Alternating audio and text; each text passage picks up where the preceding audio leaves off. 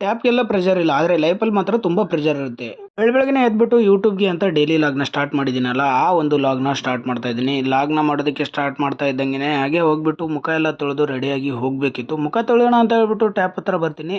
ಟ್ಯಾಪ್‌ನ on ಮಾಡಿದ್ರೆ ನೀರು pressure ಇರಲಿಲ್ಲ. ಟ್ಯಾಪ್‌ಗೆಲ್ಲ ಪ್ರೆಷರ್ ಇಲ್ಲ ಗುರು. ನಮ್ಮ ಲೈಫಲ್ಲಿ ಮಾತ್ರ ತುಂಬಾನೇ ಪ್ರೆಷರ್ ಇರುತ್ತೆ. ಹೀಗೆಲ್ಲ ಮಾತಾಡ್ತಾ ಸ್ವಲ್ಪ ತರಲೆ ಎಲ್ಲ ಮಾಡ್ತಾ ಫಸ್ಟ್ ಲಾಗ್ ಆಗಿರೋದ್ರಿಂದ ನನಗೂ ಕೂಡ ತುಂಬಾ ಎನರ್ಜಿ ಇತ್ತು. ಆ ಲಾಗ್ ಏನೇನು ಬೇಕಾಗಿತ್ತು, ಏನೇನು ಮಾತಾಡಬೇಕಾಗಿತ್ತು ಎಲ್ಲನೂ ಕೂಡ ಮಾತಾಡಿದೆ. ಮತ್ತು ನನ್ನ ಡೈಲಿ ರಿಯಲ್ ಲೈಫ್‌ನ ತೋರ್ಸೋದಕ್ಕೆ ನಾನು ಜಾಸ್ತಿ ಇಷ್ಟಪಡೋದು. ಹೀಗಾಗಿ ಅದನ್ನೆಲ್ಲ ಮಾತಾಡಿ ಮುಖ ತೊಳ್ಕೊಂಡು ಬಂದು ಮುಖನ ಕ್ಲೀನಾಗಿ ಒರೆಸ್ಕೊಂಡೆ. ಮುಖ ಒರೆಸ್ಕೊಂಡು ಸ್ವಲ್ಪ ನಿನ್ನೆ ಮೇಲ್ಗಡೆ ಬಟ್ಟೆನ ವಾಶ್ ಮಾಡಾಕಿದ್ದೆ. ಆ ಬಟ್ಟೆನ ತಗೊಂಡು ಬರೋಣ ಅಂತ ಹೇಳ್ಬಿಟ್ಟು ಮೇಲ್ಗಡೆ ಬರ್ತಾ ಇದ್ದೀನಿ. ಮೇಲ್ಗಡೆ ಬರ್ತಾ ಇದ್ದಂಗೆನೆ ನೋಡಿ ಶಾಕ್ ಆಗ್ಬಿಟ್ಟೆ. ಎಲ್ಲ ಬಟ್ಟೆನೂ ಕೂಡ ಕೆಳಗಡೆ ಬಿದ್ದೋಗಿತ್ತು. ಬರೀ ನನ್ನ ಮಾತ್ರ ಬಿದ್ದಿದೆಯಲ್ಲ ಗುರು, ಬೇರೆಯವ್ರದ್ದು ಬಿದ್ದಿಲ್ಲ ಅಂತ ಹೇಳ್ಬಿಟ್ಟು ಸ್ವಲ್ಪ ಬೇಜಾರು ಕೂಡ ಆಯಿತು. ಅದನ್ನು ನೀಟಾಗಿ ತಗೊಂಡು ಮತ್ತೆ ಕೆಳಗಡೆ ಬಂದೆ. ಕೆಳಗಡೆ ಬಂದು ಒಂದು 2, 3 ಬಟ್ಟೆ ಸರಿಯಾಗಿ ಒಣಗಿರಲಿಲ್ಲ. ಅದನ್ನು ರೂಮಲ್ಲೇ ಒಣಗಾಕಿ ಡ್ಯೂಟಿಗೆ ಹೊರಟೆ.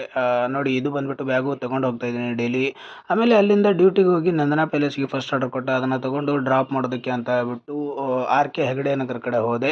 ಯಲಹಂಕ ಓಲ್ಡ್ ಟೌನ್ ಇದೆಯಲ್ಲ ಆ ಸೈಡು. ಅಲ್ಲಿಂದ ಮತ್ತೆ ಸ್ವಲ್ಪ ಈ ಒಂದು ಕಂಬಿ ನನಗೆ ಭುಜಕ್ಕೆ ತುಂಬಾನೇ ಜೋರಾಗಿ ಬಡೀತು. ಅಲ್ಲಿಂದ ಮತ್ತೆ ರಿಟರ್ನ್ ಬರ್ತಾ ಇದ್ದೀನಿ ಸಹಕಾರ ನಗರ ಕಡೆಗೆ. ಮಳೆ ಬರೋದಕ್ಕೆ ಸ್ಟಾರ್ಟ್ ಆಯಿತು. ಅಲ್ಲಿಂದ ನಾನು ಮನೆಗೆ ಹೋದೆ. ನೋಡಿ ಸ್ವಾಮಿ ನಾವಿರೋದು ಹೀಗೆ